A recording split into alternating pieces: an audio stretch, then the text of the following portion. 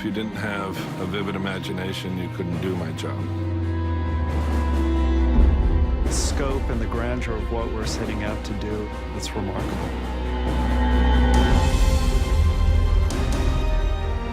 VFX brings all the components that can't be shot in the normal course of production.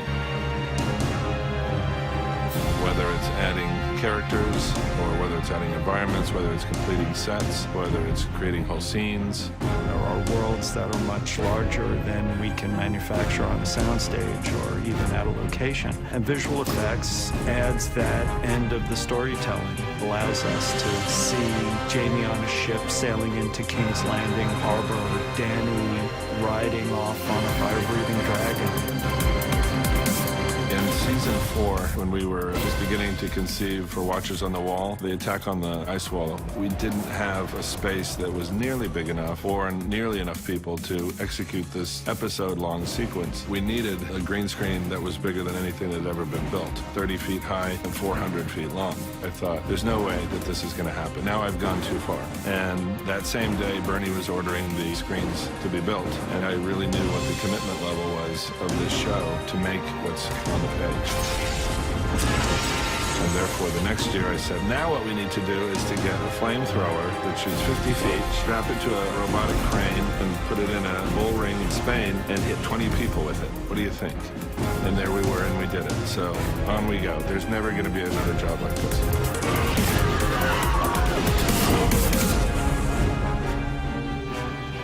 The visual effects industry has become very computer-reliant and technological, but one of the things we like to rely on is shooting organic elements. When we shoot our fire-breathing dragons, we shoot fire.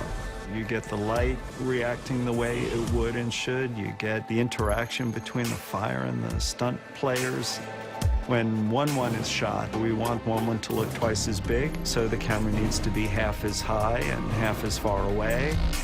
Shooting 1-1 is a really joyful experience because of the suit performer, Ian White. Any large character in an A-level movie is probably Ian. We wanted a large performer because somebody who would be 14 feet tall would have more weight and mass to move around, and a person who's a normal size would have a very difficult time pulling that off. There's a great deal of time spent figuring out the camera angles and the camera lenses, all of which is based on the creative process and first starting out in previs, where you're basically a one-person film crew in a box where you can build the set and light the set and create the characters and move them around, but then you have to sit down and figure it out. We don't make up hardly anything. You know, we always draw from the real world. We do a lot of reference by looking at how birds of prey behave and how certain lizards and reptiles behave. The best compliment that we can receive in visual effects is to be invisible. You know, if anything behaves in a strange way, it doesn't only blow the shot, it blows the scene. We can't cause the audience to blink at any point, so our work has to really, really be great. And that's, you know, grown as the things that we need to depict have gotten bigger. Every skirmish has gotten bigger, then it was larger armies, then larger armies, then larger armies. Our dragons have quintupled or more in size. The show seems to be a lot bigger than it used to be. We're shooting 3 units. We used to shoot 2 units. Our team has had to grow to keep pace with it. It's grown every year anyway, but this year it's kind of exploded. I have a buddy of mine who's producing the visual effects on a giant movie, and I asked him how many units they have. He said, what do you mean? Just have 1 unit. I said, really? The hardest aspect of my job is, especially as the seasons grow in scope, is to keep my arms around it all.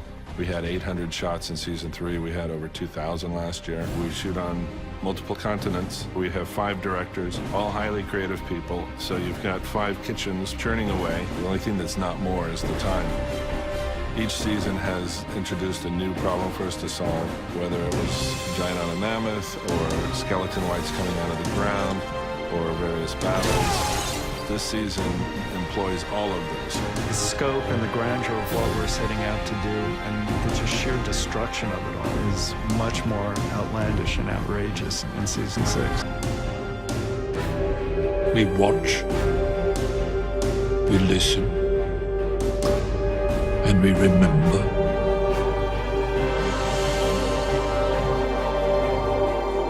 past is already written. The ink is dry.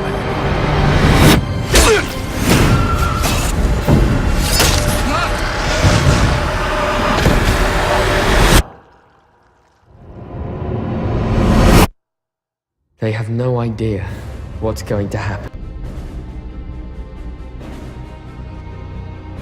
I thought he was the man to lead us through the unknown, but I was wrong.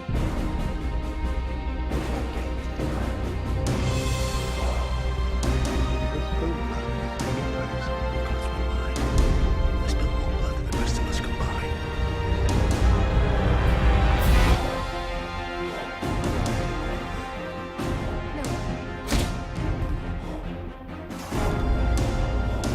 Let's give him a second chance. They would have done It's a lesson about what's taken from you.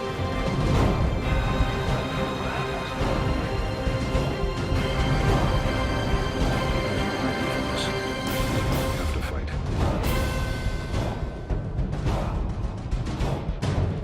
Stand at the head of our army where you belong.